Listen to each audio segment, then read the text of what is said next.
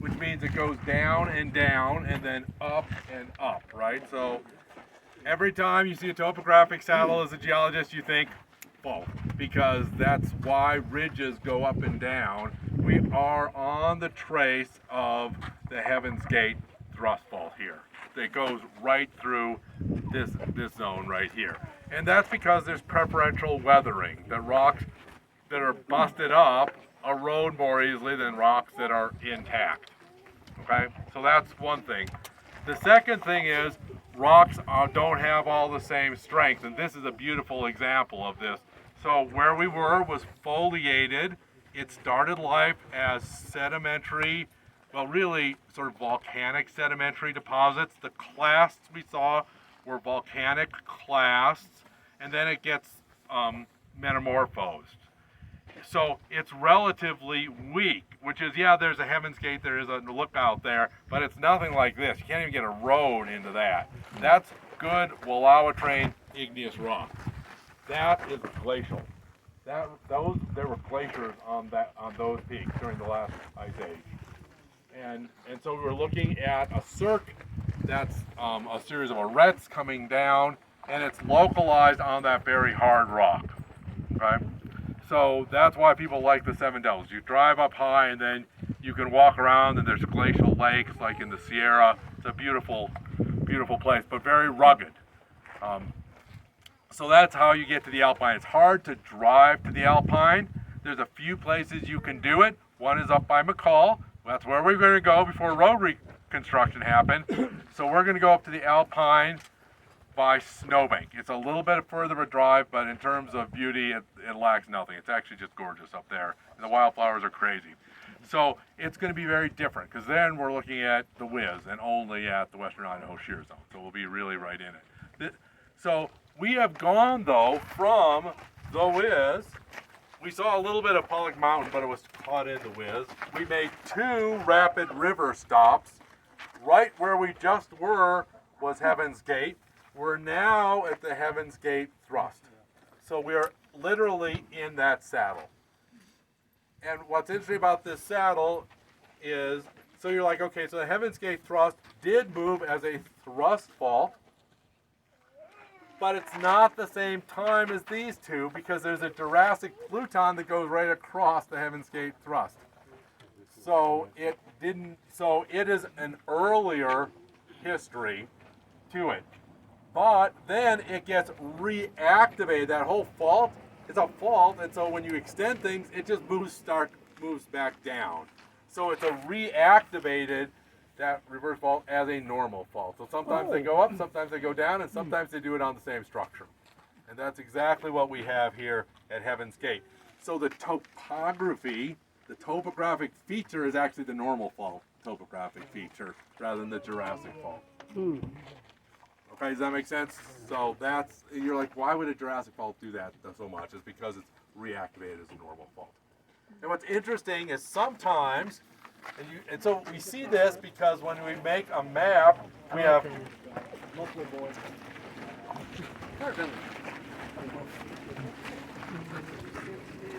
Every time you try to make a point.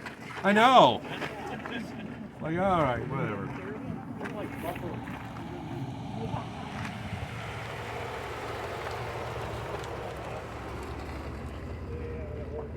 Oh, let me ask a question before we get going again. So when you got the thrust right here at the saddle, it's lining up with both of the down. Yeah, exactly. The down. It's lining up with the anticline, not with the syncline. Well, it's not really an anticline. It's more okay. Like it's more that it's just going downhill. Well, but you're right. The fault trace is here, and the fault trace is there. Okay. All right, and then you can go to the Wallowa terrain, but in this case, the Wallowa terrain has come to you via Ellen. So Ellen has just went to the nearest campground where the Wallowa terrain is exposed. There's a couple big rocks you're welcome to come look at. It's not in place, so we didn't think it would be worth driving over there. And the turnaround would be awful. So we just have these rocks. You can look at them. They're really blocky, so this is a tough rock. Yeah, so that's why see if I got it's holding up those very steep cliffs. Is because it's a very hard rock. It's quite dense as well, and this is, again, oceanic crust. It's gabbros, it's basalt. What is it? Schist? Green stone. Green schist facing. Okay, so the rock type is a green schist facies igneous rock, sometimes called a green stone if it has the right composition. So, and that's the right composition. At the last stop, we had this other green. So that's correct. At the last stop, you had a green schist, right? So that started raw. That because it's got biatites and sheet silicates like chlorite. So why it's green is because of the green minerals, epidote and chlorite, right? And the chlorite is sheet silicates. It's like a biotite, but slightly different compositions. So that's why. So the igneous rocks are pretty happy. They don't get the same level of metamorphism. They just kind of get a little altered. Okay, so Show me where the fault is. I'm sorry, I can't see where is it right here? we are all literally standing on a fault. Which direction is it going? It runs this way, and then it swings wildly back towards the salmon. So here it is on this map. We're up here. We're right by the Seven Devils. We are in Windy Pass. And then this fault comes back, and it bends into the main salmon right along Highway 95. Likewise, the Rapid River Plate, which we saw, also bends back in and terminates against the Heavens Gate. The Pollock Mountain bends into the Whiz.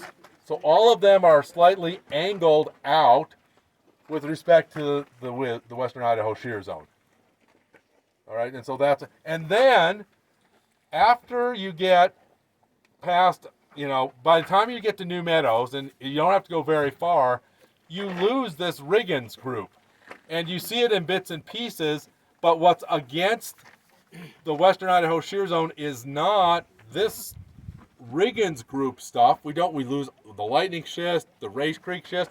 You have what's called the Hazard Creek Complex, which is older igneous rocks. And that characterizes it from here down, basically all the way into, let's just say down to Boise. Okay, so it's really only here, and that's why everybody works at Riggins, is to try and figure this out. The Hazard Creek is about 120, 125, 115, and so it might have been down here, the Riggins group, but the granites have intruded out and you just don't see it anymore. All right? Your question? The guide said something about carbonates and sedimentation rocks above, on top of the Seven Devils, That's right. but we don't see them here. Right. So there are in both the Heavens Gate Plate and in Wallowa there are limestones. So these are, what's great about limestones is you can tell the age from the fossil assemblages because they often have these assemblages. They tend to be Triassic, Nurian age. As you go downhill, there are places where we can't stop with this many cars. There will be a grayish blue rock. They'll be on the right-hand side as you go down and you take a corner, and those are those limestones. So we see them. If you drive north, if anybody's going to drive north on 95, you go through Lucille and look at Lucille. That's also where the limestones come in. So yes, these rocks here were they're metamorphic, volcaniclastic, but piled within that are limestones because they were in a tropical ocean. So while the Wallowa was off, It's hard to say, the Wallowa, yes. while it was offshore, then you got stuff feeding off of. That's correct. So like if you go to the South Pacific today, you get volcanoes surrounded by atolls or reefs of carbonate. It's exactly that kind of situation, except it was much bigger than an individual atoll, right? It's the size of Oregon real estate. And if you go to the Wallowas, you'll find limestones there. Okay, So great. They're equivalent. Okay, and then we also have limestones in the Wallowas, and also if you drive up 84 to Baker, you see the same. You see them on the hill. There's a limestone. Nick, do you want to say? Yeah, so 25 years ago you showed up here in this area, and maybe the thought 25 years ago were many of these relationships you're showing us and all these rock units we're talking about today, but it was an accordion type of a visual that we're bringing stuff in off of the Pacific and we're doing all sorts of smashing and everything else. And you show up and you think maybe the Baja BC fault runs through here, and you're wondering if a bunch of this stuff away from North America was more than 500 kilometers to the south originally, and then your current view is that this stuff, even though we're realizing these relationships, is 100 kilometers to the south. How much of that narrative is accurate? I think I'm going to give you an A, Nick. That was pretty good, actually. So, it is true that when we walked in, when people were figuring out plate tectonics, like Warren Hamilton, who was one of the earliest, I mean, he was a curmudgeon, but he was really early. He recognized that this could be a boundary, and that boundary is accretionary, and the accretionary boundary is because plates moved in, which we didn't know before. That was a huge step forward, right? But the simplest assumption is to assume it comes straight in and sticks, right?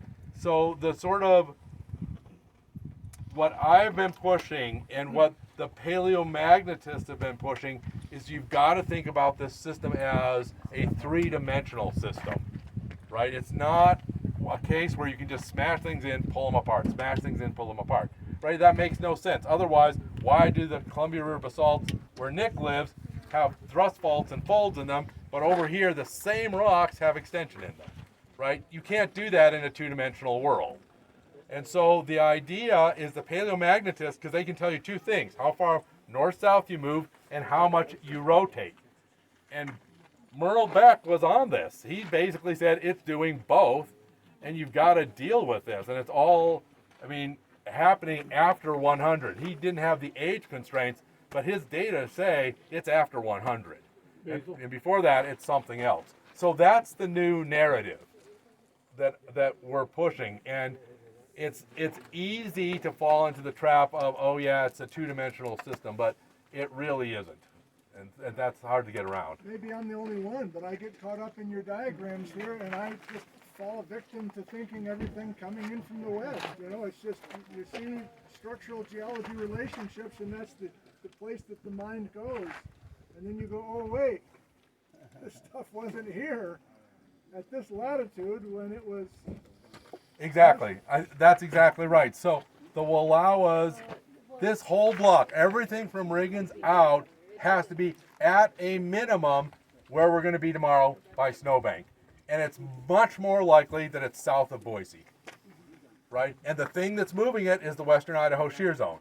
Where you see that strong fabric, you think a lot about this two-dimensional smashing together, but that's not the main event. The main event is the strike slip that's hiding in that zone that you really have to pull out, right? So when I came here, people thought the western Idaho shear zone was a reverse fault. And they thought that because it has all this steep fabric, it's everywhere it dips east, as we saw, but that's because you didn't tip the basalts back to horizontal. So I love the Columbia River basalts. Love them. That's what you said earlier. Exactly. Because they are the markers that tell you. The same thing happens in Alaska, but they don't have Columbia River basalts. But everything, they have like a 70-degree dip on everything in the coast, the work channel lineament, which is another shear zone. And it's almost certainly the same thing that's going on up there. So we've missed the whole 3D thing about this. And that's sort of the big deal. And then you're like, okay, you can't deny that. So now what do we do? How do we get at the 3D, right? And well, one thing when you talk to 3D, when we talk about we're on the fault, that fault is not going straight down. It's going down at a very sharp angle, looking at your pictures up here. That's right. So the faults go down, but I think what Nick is also saying, right, we've drawn you this beautiful west to east cross section, but it's a lie, right? Because these things are all doing this. Right? Every single one of them runs into something else, which runs into the whiz. right? And that's a three-dimensional effect, right?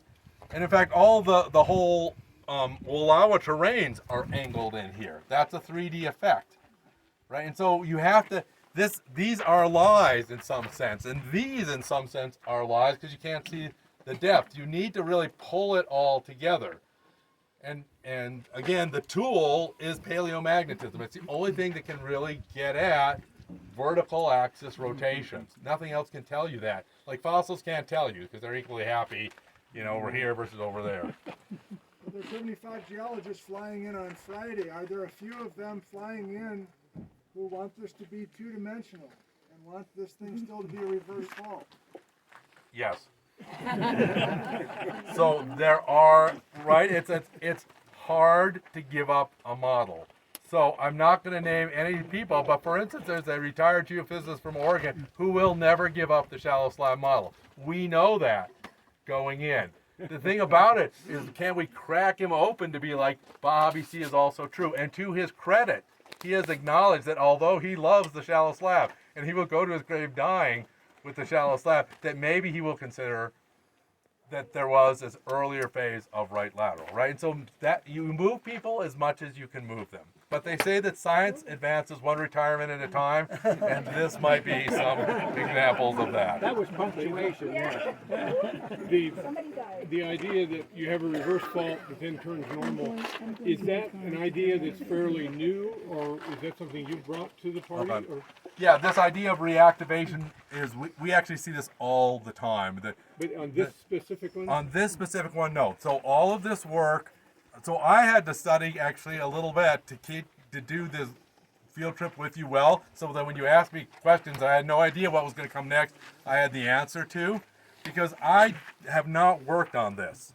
So all of this is stuff that pre-exists me. The Idaho Geological Survey and Keegan Schmidt in particular are fantastic geologic mappers. And they have done all of that. I am summarizing their work. The work in the Salmon River belt is Dave Blake. Like, I would not do that crazy stuff he did. Like, there's no way. So it's a community that's moving together, and I want to say this. There are lumpers and splitters. There's people who like details, and there are people who are willing to arm wave. And if you have to arm wave, you either have to have a ginormous ego, or you have to be able to admit you're wrong. So I hope I'm the latter. But I'm willing to arm wave to try and figure out the big patterns. But I'm relying on the people with those, understanding those relationships. But I also have the ability, and it's through graduate students who drive science to say, all right, we need to know this. We need to know Northwest Nevada. We need to know what's going on at 100 in the Sierra. And then the next graduate student who's coming to work with me will work in Mexico as we keep tracing the same thing down. So I can guide that, but they're the engine for it, right? They say, yeah, this is interesting to me. I'll do that. And so that's how science moves forward, is through the graduate students, basically. And then when they have the ideas that say, this whole idea of yours was crap, but maybe it's this, and it's like, yeah, okay, let's just go with it. So what's Ellen working on?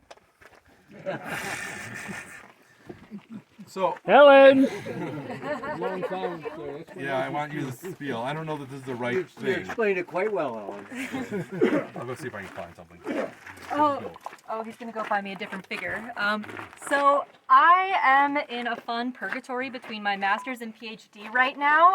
For my master's, I was actually working on our lovely western Idaho shear zone, but way farther south of here. So tomorrow we're gonna go to Snowbank Mountain. I was working even further south of there.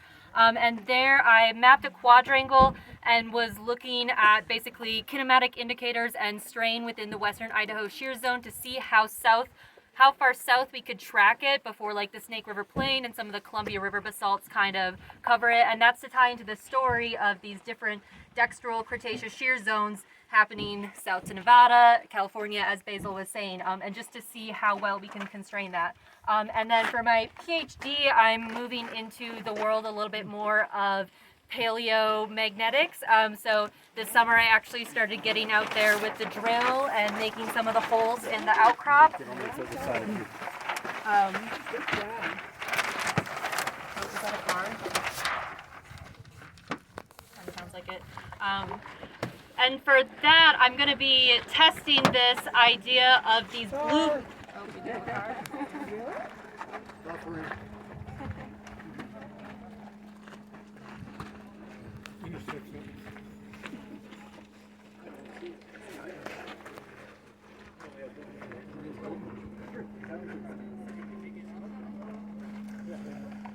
Well, they'll come over here.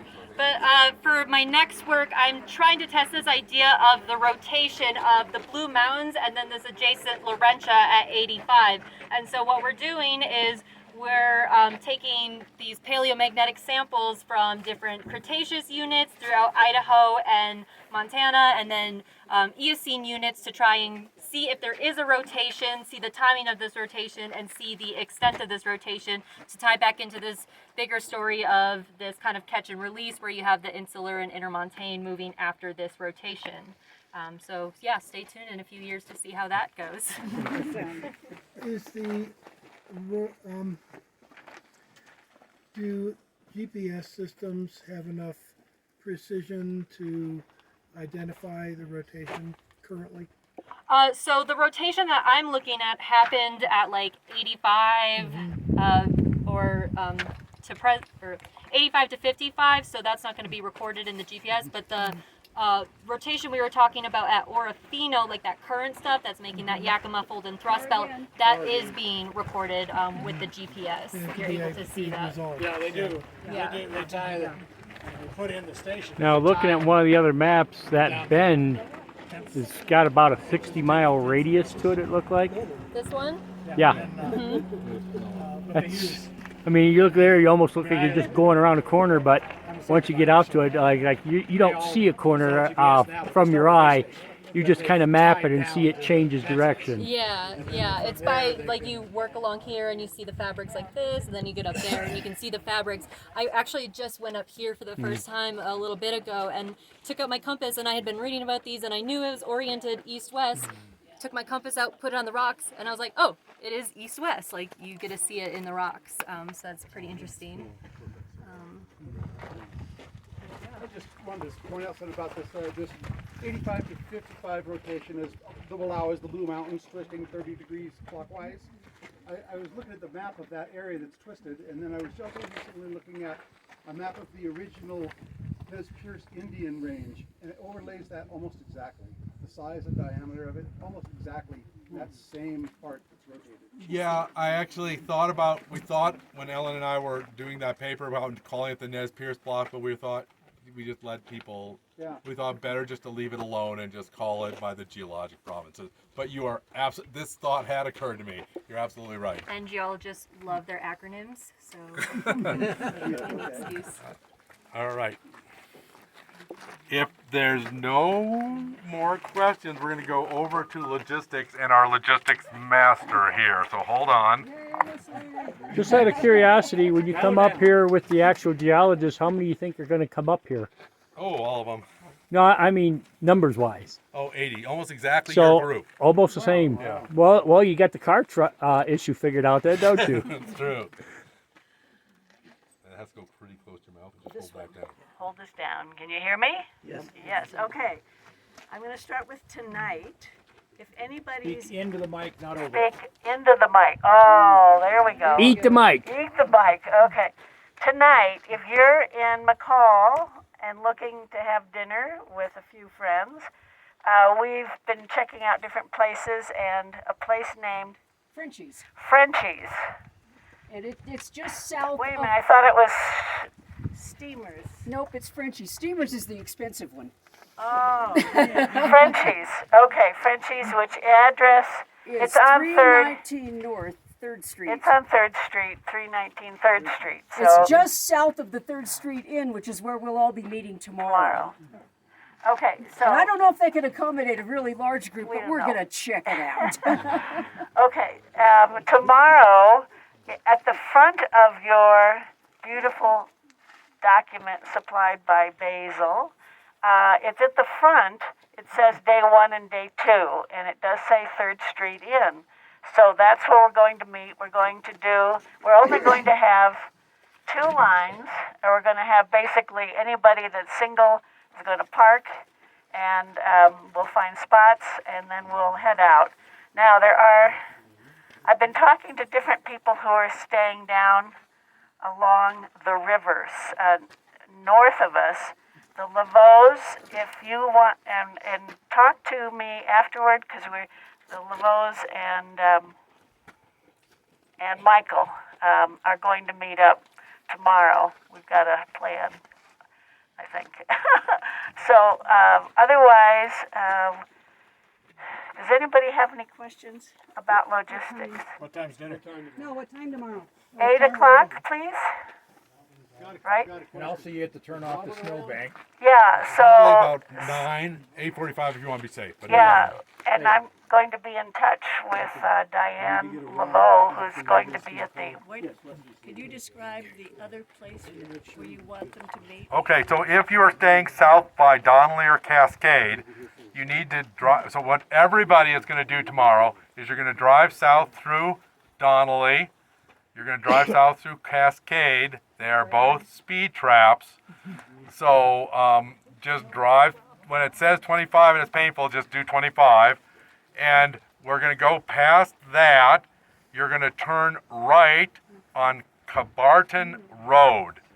And so that is located 20 miles. It's about I was gonna say 7 to 8 miles south. I think. So, okay, so on the scale of 10 miles south of Cascade, and it's a right-hand turn. It's across from an RV lot that has a mannequin dummy out front. So It's also at Clear Creek Station, which is a restaurant. Can't miss it. okay, at Clear Creek Station, which is a restaurant, you want to turn right there.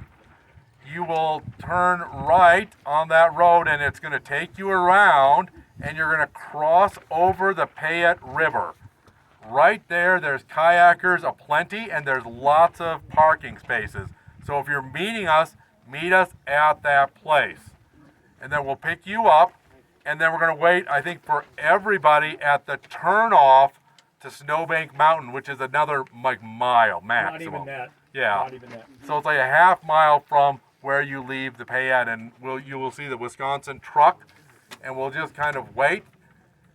We will then go up the road, and you can't miss the first stop because there's only one road, and we will be stopped there. So, so that's kind of how it's going to work. So you also could use the GPS, but I would suggest just wait for us to go there. It is a dirt road. The dirt road is better than the road up to Lookout. It's about the equivalent of this road here. It's paved for some of the way, but not all the way. But it's a good dirt road. Drop washboard most of the way. Yep. one more. Okay. Okay, so when we get down to our cars, we unload, we have some water supplies in the lane. No, yes? We have water supplies right near the entrance. So we have water if everybody'd like to take a water on the road trip. Okay? And if anybody needs water now, I've